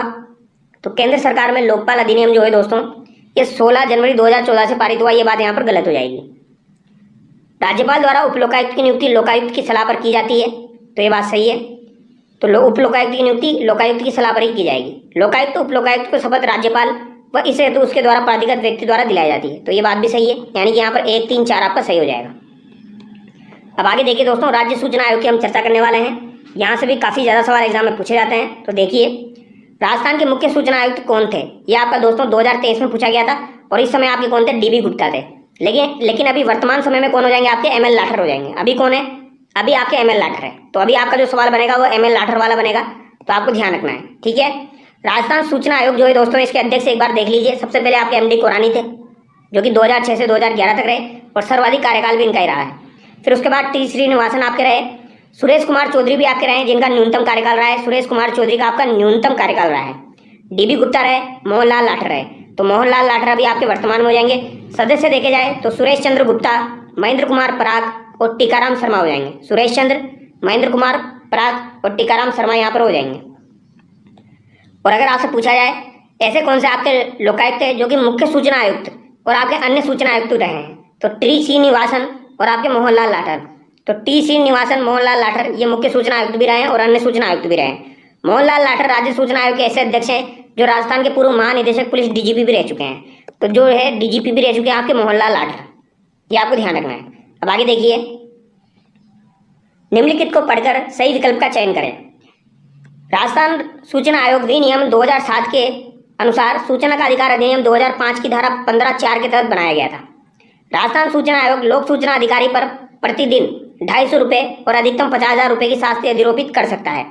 यह सवाल आपका दोस्तों प्रोटेक्शन ऑफिसर 2024 में पूछा गया था। प्रोटेक्शन ऑफिसर 2023 में पूछा गया था, इंपॉर्टेंट सवाल है। यहाँ पर दूसरा कथन आपका गलत हो जाएगा, पहला यहाँ पर सही है। दूसरा गलत क्यों गया? क्योंकि यहाँ पर 25,000 की कंडीशन है दोस्तों, 50,000 की ना होकर यहाँ पर 25,000 की कंडीशन है आपकी, 250 रुपये और 25,000। और जो सूचना का अधिकार है इसका गठन 15(4) में किया गया है। इसको कैसे याद रखोगे? ऐसे याद रखिए, 154 अध्याय 15 की धारा 4 के तहत आपके राज्य सूचना आयोग का गठन किया गया है। ये देखिए मैंने ऐड कर दिया है यहाँ पर। सूचना का अधिकार अधिनियम 2005 के अध्याय 4 की धारा 15 के तहत आपके राजस्थान सूचना आयोग का गठन किया गया और यह आपका सांविधिक निकाय है। इसका संविधान में कोई उल्लेख नहीं है। 13 अप्रैल 2006 को राजपत्र में प्रकाशित हुआ था, राजपत्र में अधिसूचित हुआ, लेकिन प्रभावी कब हुआ? 18 अप्रैल 2006 को हुआ। तो ज़्यादातर एग्जाम में ये डेट आपकी पूछी जाती है, 18 अप्रैल 2006, यानी इस दिन ये लागू हुआ, आपका कार्य करना प्रारंभ किया। जबकि प्रभावी यानी राजपत्र में अधिसूचित आपका 13 अप्रैल 2006 को हो गया था। 18 अप्रैल वाला आपको याद रखना, यही बार बार पूछा जाता है। संरचना इसकी क्या हो जाएगी? धारा 15 में बहुसदस्यीय निकाय है। अगर आपकी सूचना आयोग की बात की जाए तो 1 + 10 सदस्य इसमें होते हैं, एक अध्यक्ष प्लस 10 सदस्य इसमें होते हैं, एक मुख्य सूचना आयुक्त और आवश्यकता अनुसार अन्य सूचना आयुक्त होते हैं। तो 1 + 10 की कंडीशन आप ध्यान रखना। महिला आयोग में 1 + 4 की थी आपकी, वो आपको ध्यान रखना, ठीक है। वित्त आयोग में भी 1 + 4 की थी। जो राज्य सूचना आयोग जो होते हैं, इनकी नियुक्ति एक समिति की सिफारिश पर की जाती है। इस समिति में अध्यक्ष कौन होते हैं? मुख्यमंत्री होते हैं। विधानसभा के प्रतिपक्ष के नेता इसमें होते हैं और मुख्यमंत्री द्वारा मनोनीत एक कैबिनेट मंत्री इसमें होता है। तो ये तीनों बातें आपको पता होनी चाहिए, वेरी वेरी इंपॉर्टेंट है। जो आपकी चयन समिति होती है सूचना आयोग की, उसमें मुख्यमंत्री होता है, प्रतिपक्ष का नेता होता है, मुख्यमंत्री द्वारा मनोनीत एक कैबिनेट मंत्री भी इसमें होता है। आगे देखिए, निम्न में से क्या सूचना का अधिकार अधिनियम 2005 की धारा 4 के अनुसार लोक प्राधिकारी की बाध्यता में शामिल नहीं है? तो यहाँ पर कौन सा शामिल नहीं है ये आपको बताना है। अपने संगठन की विशिष्ट कर्तव्यों और कर्तव्यों को 120 दिन के भीतर प्रकाशित करना, तो ये बात सही है। प्रकाशित सूचना को हर माह अद्यतन करना, तो ये ऐसा कोई कंडीशन यहाँ पर नहीं है, तो बी यहाँ पर आपका गलत हो जाएगा। सभी अभिलेखों को सम्यक रूप से सूची पवित्र करना, जिससे इस अधिकार का उपयोग सुकर बने। सभी अभिलेखों का सुनिश्चित कंप्यूटरीकरण, तो यहाँ पर ए सी डी आपका सही है, बी यहाँ पर आपका गलत है। निम्नलिखित को पढ़िए और सही गुण का चयन कीजिए। सेट के एग्जाम में आपका पूछा गया। सूचना के अधिकार अधिनियम 2005 का उद्देश्य प्रशासन में पारदर्शिता और उत्तरदायी लाना है, बिल्कुल सही बात है। अरुणा राय जो थी, इस आंदोलन का नेतृत्व किया था, जिसने सूचना के अधिकार अधिनियम के अधिनियमित होने का मार्ग प्रशस्त किया, तो ये बात भी सही है। अरुणा राय आपको ध्यान रखनी है दोस्तों, अरुणा रॉय, इन्होंने दोस्तों सूचना के अधिकार अधिनियम के तहत एक आंदोलन किया था ब्यावर में, वो आपको ध्यान होना चाहिए। यहाँ पर दोनों कथन आपके सही हो जाएंगे। आगे देखिए, राजस्थान सूचना आयोग सूचना नहीं देने पर अधिकतम कितनी राशि का जुर्माना अधिरोपित कर सकता है? तो अभी मैंने आपको बताया अधिकतम कितना, 25,000 रुपये, ठीक है। अधिकतम कितना कर सकता है? 25,000 रुपये कर सकता है। 250 रुपये प्रतिदिन होता है और अधिकतम कितना होता है? 25,000 रुपये का जुर्माना होता है। जुर्माना किसमें दिया गया है? धारा 20 में आपका दिया गया है, तो ये धारा 20 भी याद रख लेना, इसमें आपका जुर्माना दिया गया है। 250 रुपये प्रतिदिन से लेकर 25,000 रुपये आपका अधिकतम होता है, ठीक है। और अगर आपसे पूछा जाए बीपीएल वालों को अगर सूचना प्राप्त करनी हो तो उनको निःशुल्क सूचना प्रोवाइड की जाती है, लेकिन एपीएल वाले जो होते हैं दोस्तों, इनको 10 रुपये देने पड़ते हैं, ठीक है। इनको 10 रुपये देने पड़ते हैं। बीपीएल वालों को निःशुल्क सुविधा ये उपलब्ध है। आगे देखिए, आरटीआई पोर्टल 2.0 किस आयोग द्वारा लॉन्च किया गया? तो ये किस आयोग के द्वारा लॉन्च किया गया? तो ये राज्य सूचना आयोग के द्वारा लॉन्च किया गया। आगे देखिए, सूचना का अधिकार अधिनियम 2005 की किस धारा के अंतर्गत राजस्थान के लोक अधिकारी पर राजस्थान राज्य सूचना आयोग का आदेश बाध्यकारी होगा? तो ये सवाल आपका इंपॉर्टेंट सवाल है। इसमें यह पूछा गया है राजस्थान के लोक अधिकारी पर राजस्थान राज्य सूचना आयोग का आदेश जो है ये बाध्यकारी होगा। तो ये आपका किसमें दिया गया है? ये आपका 19/7 में दिया गया है दोस्तों। बाध्यकारी किसमें दिया गया है? 19/7 में आपका दिया गया है। अब यहाँ पर कुछ धारा मैं आपको बता रहा हूँ, ये धारा आपको ध्यान रखनी है क्योंकि इंपॉर्टेंट है दोस्तों, ये पूछी जाती है। सूचना आयोग का गठन जो है ये अध्याय 4 के आपके दोस्तों किसमें दिया गया है? धारा 15 में दिया गया है। तो धारा 15 में क्या है? नियुक्ति है, आपका गठन का प्रावधान है। कार्यकाल और वेतन आपका धारा 16 में दिया गया है। कार्यकाल कितना होता है इनका? 565 आपका होता है, ठीक है, जो कि केंद्र सरकार द्वारा, सॉरी यहाँ पर एक बात आपको ध्यान रखनी है दोस्तों, नियुक्ति तो आपकी धारा 15 में है और कार्यकाल और वेतन भत्ते जो है ये किसके द्वारा निर्धारित किए जाते हैं? केंद्र सरकार के द्वारा निर्धारित किए जाते हैं, ये आपको ध्यान रखना है। यानी सूचना आयोग में एक लफड़ा है, यहाँ पर आपका केंद्र सरकार इन्वॉल्व रहती है। यहाँ पर जो भी चीज़ें तय की जाएगी ये केंद्र सरकार द्वारा तय की जाएगी आपकी, ठीक है। यानी कार्यकाल और वेतन भत्ते केंद्र सरकार तय करेगा, किसमें दोस्तों? सूचना आयोग में। ये बात आपको ध्यान रखनी है। 2019 से पहले अगर कार्यकाल पूछा जाए तो उसके पहले 565 था, अभी इसका कोई कार्यकाल नहीं है। अभी इसके कार्यकाल का निर्धारण कौन करता है? केंद्र सरकार करती है, ये बात आपको ध्यान रखना है। यानी अभी इसका कोई कार्यकाल नहीं है, अभी इसके कार्यकाल का निर्धारण कौन करेगी? केंद्र सरकार करेगी। आगे देखिए, धारा 16 में इसमें शपथ और त्याग पत्र दिया गया है, ये राज्यपाल को दिया जाता है शपथ और त्याग पत्र। पद से हटाना ये भी कौन करेगा? राज्यपाल करेगा, धारा 17 में। तो 16 में शपथ और त्याग पत्र है, पद से हटाना 17 में है। और वार्षिक रिपोर्ट इसकी ध्यान रखना दोस्तों, वेरी वेरी इंपॉर्टेंट है, 25 में। धारा 25 में सूचना आयोग की वार्षिक रिपोर्ट है, जो कि किसको दी जाती है? यहाँ पर राज्य सरकार को रिपोर्ट दी जाती है। यानी सूचना आयोग जो है ये अपनी रिपोर्ट किसको देगा? राज्य सरकार को देगा। और यहाँ पर जुर्माना जो है 250 रुपये पर डे लगता है और अधिकतम कितना है? 25,000। ये धारा 20 में आपका दिया गया है। तो ये कुछ धारा आपको ध्यान रखनी है। और 19/7 में ये बाध्यकारी वाली कंडीशन दी गई है, ठीक है। 15 में नियुक्ति है, 16 में कार्यकाल वेतन भत्ते हैं, शपथ और त्याग पत्र 16 में है, पद से हटाया जाना 17 में है, वार्षिक रिपोर्ट 25 में है, जुर्माना धारा 20 में है। आगे देखिए, राजस्थान के मुख्य सूचना आयुक्त की नियुक्ति कौन करता है? तो मुख्य सूचना आयुक्त की नियुक्ति कौन करेगा? राज्यपाल के द्वारा की जाएगी। राजस्थान राज्य सूचना आयोग का गठन कब हुआ था दोस्तों? तो राजस्थान राज्य सूचना आयोग का गठन 18 अप्रैल 2006 को आपका हुआ। भारत की संसद द्वारा अधिनियमित किए जाने के बाद सूचना का अधिकार अधिनियम का ये शुभारंभ हुआ। तो शुभारंभ कब हुआ दोस्तों? तो ये आपका हुआ था 12 अक्टूबर 2005 को। कब हुआ था? 12 अक्टूबर 2005 को आपका हुआ था। अगला सवाल देखिए, निम्नलिखित में से कौन सा एक राज्य मुख्य सूचना आयुक्त एवं राज्य सूचना आयुक्त की नियुक्ति के लिए गठित समिति का सदस्य नहीं होता है?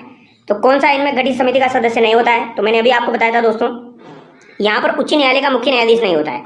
बाकी यहाँ पर सीएम आपका रहेगा, विरोधी दल का नेता रहेगा और नाम निर्देशित एक मंत्रिमंडलीय सदस्य यहाँ पर होगा मुख्यमंत्री के द्वारा। उच्च न्यायालय यहाँ पर नहीं होगा। उच्च न्यायालय का मुख्य न्यायाधीश कहाँ पर आएगा? आपका लोकायुक्त में आता है। निम्न में से राज्य सूचना आयोग राजस्थान के संदर्भ में सही कोड है? यह एक सांविधिक निकाय है, स्वायत्त शासी निकाय है। 18 अप्रैल 2005 को इसका गठन हुआ। यहाँ पर कौन सा कथन जो है ये सही है, ये आपको बताना है। तो यहाँ पर 18 अप्रैल 2006 को हुआ था, तो ये कथन आपका गलत हो गया। 1 और 2 यहाँ पर आपका सही है। सूचना का अधिकार अधिनियम 2005 का मुख्य उद्देश्य क्या है? तो मुख्य उद्देश्य क्या हो जाएगा दोस्तों? तो पारदर्शी प्रशासन इसका मुख्य उद्देश्य हो जाएगा। सूचना का अधिकार दिलाने का अभियान चलाने के लिए किसे मैग्सेसे पुरस्कार से सम्मानित किया गया? तो ये किसे किया गया दोस्तों? तो ये आपके अरुणा रॉय को किया गया था।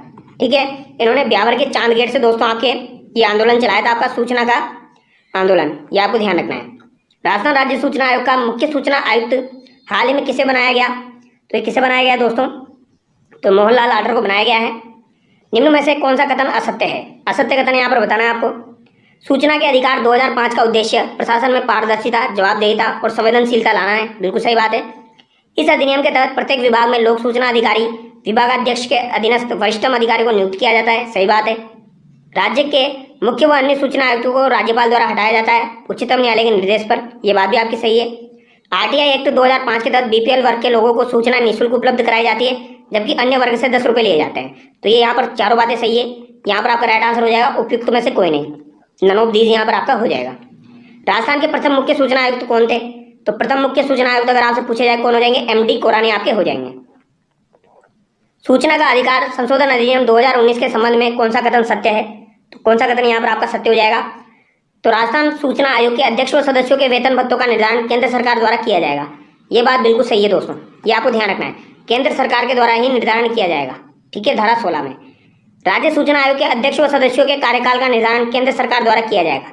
तो ये बात भी यहाँ पर आपकी सही है। दोनों कथन यहाँ पर बिल्कुल सही है। कार्यकाल का निर्धारण हो या फिर आपके वेतन भत्तों का निर्धारण हो, ये कौन निर्धारित करेगी? केंद्र सरकार निर्धारित करेगी। पहले कितना था? पहले 565 था 2019 के पहले।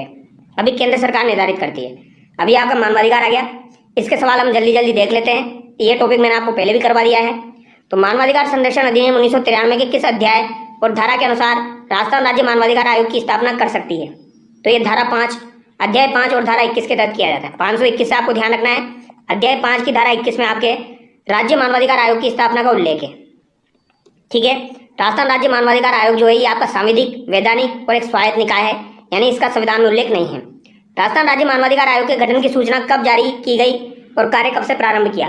तो 18 जनवरी 1999 को गठन की सूचना जारी हुई थी। 23 मार्च 2000 को मानवाधिकार ने कार्य प्रारंभ किया था। तो 18 जनवरी 1999 और 23 मार्च 2000 दोनों बातें याद होनी चाहिए। राजस्थान मानवाधिकार अधिनियम 2001 का क्रियान्वयन कब किया गया? तो इसका क्रियान्वयन कब किया गया? 19 जनवरी 2001 को किया गया। राजस्थान मानवाधिकार अधिनियम 2001 का क्रियान्वयन कब किया गया? 19 जनवरी 2001 को किया गया। ये क्या पूछा गया है यहाँ पर दोस्तों? अधिनियम 2001 के बारे में पूछा गया है। तो इसका क्रियान्वयन 19 जनवरी 2001 को हुआ था। राजस्थान राज्य मानवाधिकार आयोग की संरचना क्या है? तो राजस्थान राज्य मानवाधिकार आयोग की संरचना आपकी 1+2 हो जाएगी। पहले 1+4 थी, लेकिन 2006 में जो संशोधन किया गया दोस्तों, उसके बाद 1+2 आपकी कर दी गई है। तो यहाँ पर 1+2 आपका सही हो जाएगा। ठीक है, ये सभी सवाल आपके एग्जाम में पूछे जा चुके हैं। कोई सा भी सवाल यहाँ पर ऐसा नहीं है जो कि आपका एग्जाम में नहीं बना है। सबके सब एग्जाम में पूछे जा चुके हैं।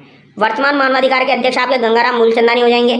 सदस्य रामचंद्र सिंह झाला है और अशोक गुप्ता है। तो अशोक गुप्ता और रामचंद्र सिंह झाला यहाँ पर आपके सदस्य है। गंगाराम मूलचंदानी अध्यक्ष है। योग्यता क्या हो जाएगी? उच्च न्यायालय का सेवानिवृत्त मुख्य न्यायाधीश या अन्य न्यायाधीश को अध्यक्ष बनाया जाता है 2019 के संशोधन के बाद। आगे देखिए, उच्च न्यायालय का सेवानिवृत्त या वर्तमान न्यायाधीश या जिला का सेवानिवृत्त या वर्तमान न्यायाधीश जिसे जिला न्यायाधीश के रूप में कम से कम 7 वर्ष का अनुभव हो, वो यहाँ पर अध्यक्ष बन सकता है, सदस्य बन सकता है। ये आपको ध्यान रखना है। जो मानवाधिकार आयोग है दोस्तों, इसके प्रथम अध्यक्ष आपके कौन थे? तो प्रथम अध्यक्ष कौन हो जाएगी? कांता कुमारी भटनागर आपकी प्रथम अध्यक्ष हो जाएगी। ये आपको ध्यान रखना है। इसके बाद आपके सगीर अहमद रहे, फिर आपके नगेंद्र कुमार जैन बने, फिर प्रकाश टाटिया बने, फिर आपके जीके व्यास बने, फिर गंगाराम मूलचंदानी बने। ये लाइन से आपको याद रखने हैं, ठीक है। कांता कुमारी भटनागर, फिर आपके सगीर अहमद है, फिर आपके एनके जैन है, इनको एनके जैन भी लिखा जाता है, एनके जैन, ठीक है। ये और इनका कार्यकाल सर्वाधिक रहा है। ये आपका भी आरएस के एग्जाम में पूछा गया था। प्रकाश टाटिया जो है, ये आपको ध्यान होना चाहिए। जीके व्यास है, गंगाराम मूलचंदानी। मानवाधिकार आयोग जो है दोस्तों, इसके सर्वाधिक कार्यकाल वाले अध्यक्ष कौन रहे? तो ये आपके एनके जैन रहे, नगेंद्र कुमार जैन। न्यूनतम कार्यकाल वाले अध्यक्ष अगर आपसे पूछा जाए तो कौन रही है? कांता कुमारी भटनागर जो रही है, ये आपकी प्रथम अध्यक्ष भी थी और न्यूनतम कार्यकाल के लिए रही है।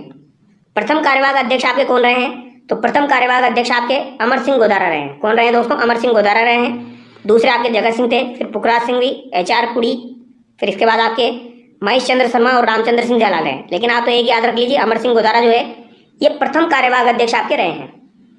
और अगर आपसे पूछा जाए मानवाधिकार में सदस्यों का सर्वाधिक कार्यकाल किसका रहा, तो सदस्यों में सर्वाधिक कार्यकाल अगर आपसे पूछा जाए तो ये किसका रहा है? पुखराज सिंघवी का रहा है।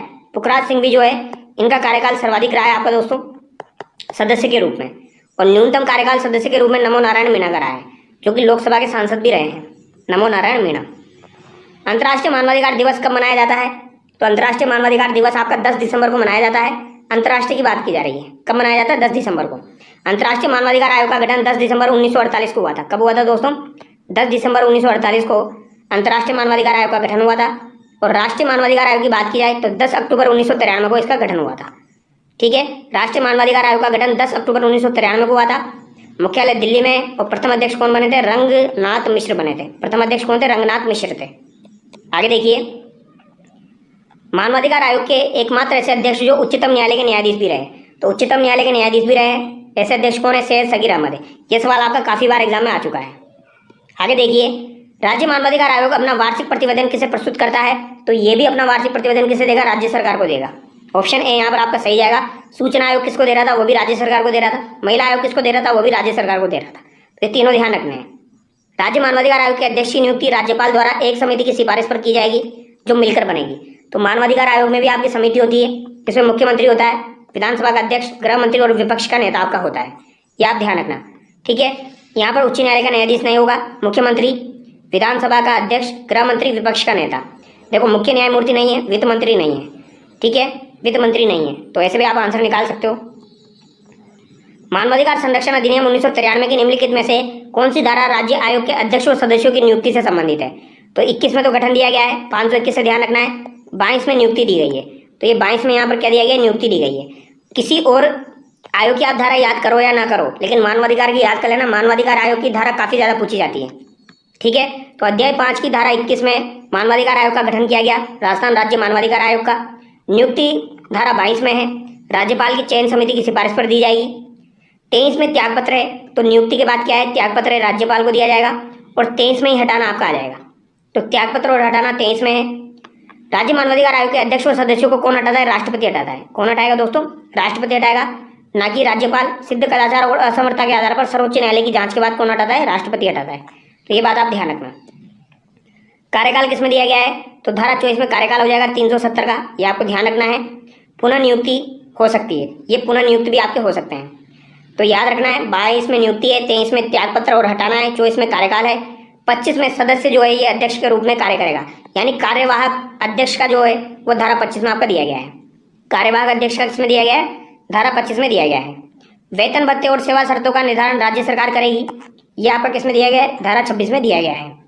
राज्य मानवाधिकार आयोग के अधिकारी अन्य कर्मचारी जो है ये आपके धारा 27 में हो जाएंगे। राज्य सरकार को रिपोर्ट दी जाती है धारा 28 में, ये आपको ध्यान होना चाहिए। 33 में आपकी वित्तीय स्वायत्तता दी गई है दोस्तों। 23 में क्या दिया गया है? वित्तीय स्वायत्तता दी गई है। 28(1) में रिपोर्ट जो है ये राज्य सरकार को दी जाएगी और 28(2) में राज्य सरकार आयोग से प्राप्त रिपोर्ट को विधानसभा में रखेगी। तो ये 28(1) में है, फिर 28(2) भी है आपका। तो यहाँ पर एक बार फिर से मैं रिवाइज करवा देता हूँ, ये इंपॉर्टेंट है आपका, इसको ध्यान रखना दोस्तों।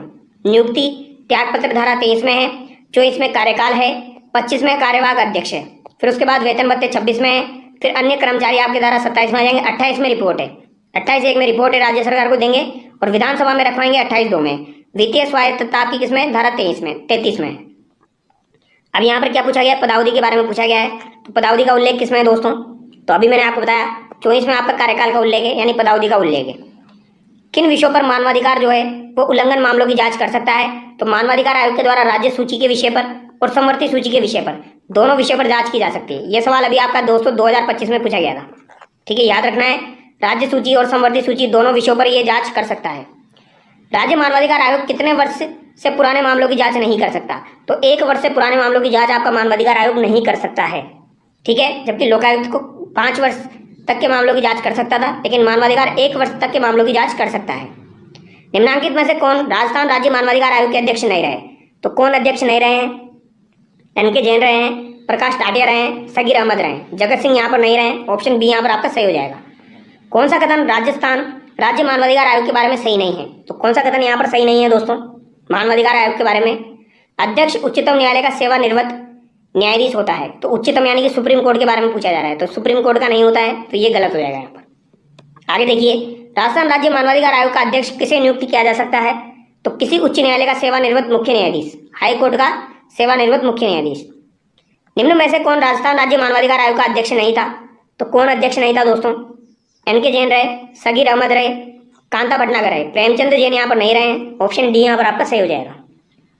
आगे देखिए, राज्य मानवाधिकार आयोग के अध्यक्ष की चयन समिति में निम्नलिखित में कौन शामिल नहीं होता है, कौन शामिल नहीं होता है, तो मुख्य न्यायाधीश, ये आपका लोकायुक्त में शामिल होता है, मानवाधिकार में शामिल नहीं होता है। राजस्थान में मानवाधिकार में अध्यक्ष के अलावा कितने सदस्य हो सकते हैं, तो अध्यक्ष के अलावा कितने सदस्य हो सकते हैं, 1+2 की कंडीशन है। राजस्थान मानवाधिकार आयोग का गठन कब हुआ, तो मानवाधिकार आयोग का गठन आपका कब हुआ था, 1999 में हुआ था। मानवाधिकार संरक्षण अधिनियम 2006 के अनुरूप राज्य मानवाधिकार आयोग में कितने सदस्य होते हैं, तो 1 अध्यक्ष और 2 सदस्य आपके हो जाएंगे। आगे देखिए, राज्य मानवाधिकार आयोग का अध्यक्ष किसे नियुक्त किया जा सकता है, तो अध्यक्ष किसे नियुक्त किया जा सकता है, वापस वही सवाल पूछा गया है। तो ये मैंने आपको बताया दोस्तों, उच्च न्यायालय के पूर्व मुख्य न्यायाधीश को किया जा सकता है। इसके अलावा आपके उच्च न्यायालय के पूर्व मुख्य न्यायाधीश को किया जा सकता है, ठीक है, पूर्व न्यायाधीश और पूर्व मुख्य न्यायाधीश। तो यहाँ पर आपका 1 और 3 करेक्ट होगा। राज्य मानवाधिकार आयोग के सदस्यों की चयन समिति की अध्यक्षता कौन करेगा, तो अध्यक्षता कौन करेगा, मुख्यमंत्री के द्वारा की जाएगी। निम्न में से कौन सा एक राज्य मानवाधिकार आयोग का कार्य नहीं है, तो कौन सा राज्य मानवाधिकार आयोग का कार्य नहीं है, ये आपको बताना है। तो दोस्तों मैंने आपको बताया कौन सा कार्य नहीं है, कभी भी पूछा जाए तो सजा देना और दंड देना देखना ऑप्शन में, यही आपका राइट आंसर होता है। आगे देखिए, राजस्थान राज्य मानवाधिकार आयोग के अधिनियम किस दिनांक उपरांत लागू हुए, तो अधिनियम के बारे में पूछा गया है, ये किस दिनांक उपरांत आपके लागू हुए, तो 19 मार्च 2000 से ये आपके लागू हुए थे, ठीक है। ये थोड़ा सा अलग सा सवाल है, 2024 में पूछा गया था ये आपका दोस्तों अधिनियम वाला सवाल, 19 मार्च 2000। आगे देखिए, यहाँ पर हल्की फुल्की इन्फॉर्मेशन है, ये देख लीजिए आप। राज्य मानवाधिकार आयोग का सचिव जो है ये राज्य सरकार के सचिव के पद से नीचे का अधिकारी नहीं होगा। राज्य मानवाधिकार आयोग को दंतहीन बाघ की संज्ञा किसने दी है, कागजी शेर की संज्ञा, तो ये दोस्तों आपके HL दत्तू ने दी है। किसने दी है, HL दत्तू के द्वारा दी गई है। आलम शाह खान और महेश चंद्र शर्मा राज्य मानवाधिकार आयोग के ऐसे सदस्य हैं जिनका पद पर रहते हुए निधन हो गया। तो आलम शाह, इसके अलावा आपके महेश चंद्र शर्मा, इनका निधन हो गया था पद पर रहते हुए, आलम शाह और महेश चंद्र शर्मा का। तो यहाँ पर दोस्तों ये सभी आयोग मैंने कंप्लीट करवाए हैं, बस एक आपका RPSC रहा है, तो RPSC का वीडियो अलग से अपलोड किया हुआ है, उसको आप देख लेना। तो यहाँ पर ये आयोग वाला टॉपिक आपका कंप्लीट होता है और मुझे नहीं लगता यहाँ से बाहर आपका सवाल पूछा जाएगा। तो एक बार दोस्तों आप इस वीडियो को जरूर देखिए और अगर कोई सवाल रह गया है तो आप कमेंट करके जरूर बताएंगे। तो चलिए दोस्तों नेक्स्ट वीडियो मिलते हैं। Thank you so much.